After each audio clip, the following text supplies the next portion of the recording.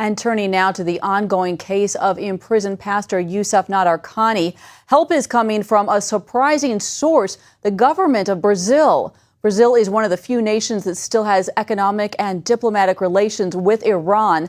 Brazil's vice president says since learning of the pastor's situation, the country has been pushing Iran for his release, and the effort is led by Brazil's evangelical churches. Nadarkhani was imprisoned for his faith and sentenced to die for leaving Islam, but he says he was never a Muslim. Jordan Sekulow of the American Center for Law and Justice has been working on behalf of Nadarkhani in Brazil, meeting with church and government leaders. Charlene Israel asked him about that effort.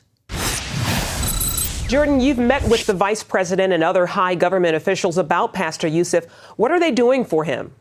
They said, we took immediate action. We diplomatically engaged Iran to stop, at least put a halt to the execution. And now they're working to have Pastor Youcef released. And they're doing that by taking the documents we're providing, the information that we're providing, and walk over to the Iranian embassy and demand a meeting with the ambassador who told him a couple days ago he'd issue a statement. And this is all happening while we're on the ground. So I think the clear message here is that Brazil is diplomatically engaging Iran to save Pastor Youcef. They're going to do everything they can, within reason, to do so. And they've got a relationship. It's a key ally diplomatically for Iran. And that's why they're getting responses that Western leaders couldn't get. We were in the newspaper today, a picture of us with the vice president. The vice president said, we have a duty, is what he told us, a duty as Brazil, as a nation who has a diplomatic relationship with Iran, to stand for human rights, especially when we have a specific case like this, where we know the name. You're meeting with church leaders there in Brazil. Tell us about their passion about this case. Well, that's where it started. The church leaders are very involved in politics here, and they follow the Christian news coming out of the United States and Europe. So they know about the ACLJ, they know CBN, obviously, they know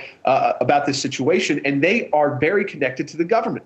They've got high-profile contacts. So when they contacted us and we contacted them because they saw that interview I did about Brazil being able to play a key role, they said, yes, we want to show the world that we are a world leader, that we're not just a big population.